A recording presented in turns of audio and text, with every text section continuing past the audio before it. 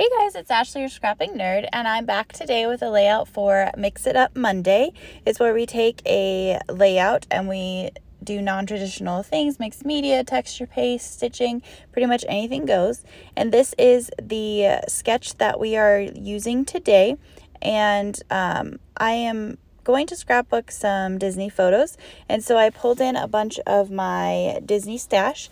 I have a punch that's the Disney head or Mickey head, but I didn't actually use that. And then I pulled in a bunch of these sticker sheets. I have Photo Play, Magical Vacation, Simple Stories, Say Cheese 4, Echo Park, Remember the Magic, and Echo Park Magical Adventure, as well as Simple Stories, Say Cheese 4, papers and some scraps from that. And I pulled in a bunch of these cut aparts, and I thought I would cut out some tickets. I just pulled in a bunch of stuff, but I actually didn't end up using all of these. I think I only ended up using one of the cut apart pieces.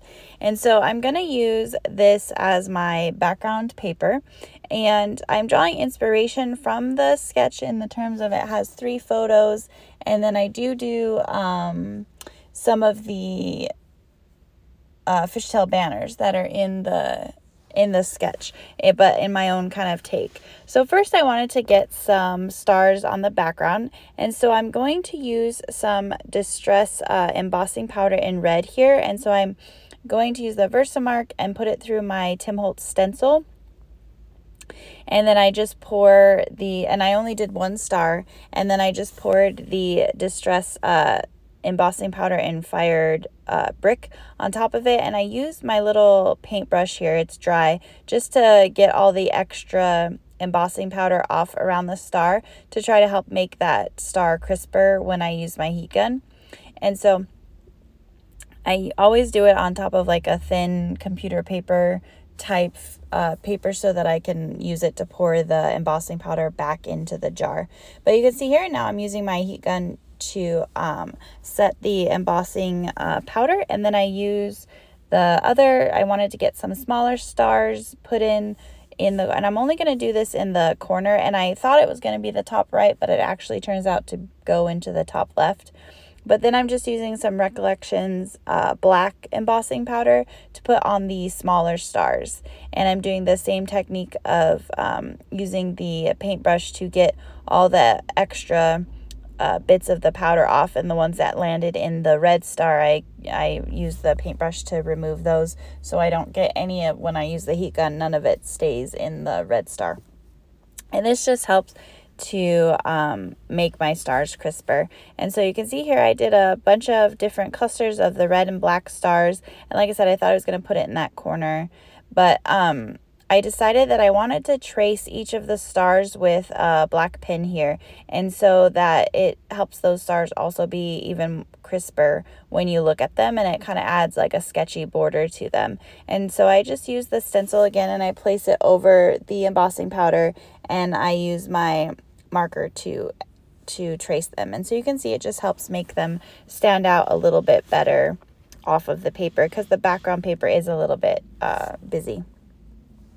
And so these are just pictures of us standing in front of Disneyland, and I am going to cut down the 2 on the left side. I just made them a little bit smaller. I think they're a little bit bigger than 4x4, and overall my pictures are bigger than the pictures in the sketch, and so that's the reason why I don't have as big of banners that she has in the sketch. But I wanted to photo mat my photos, and so I wanted to do a white photo mat and then double mat with this black paper from the Simple Stories Say Cheese, and it was a scrap that I had, I believe. I had this in red, and then I also pulled in some yellow stars, which you'll see.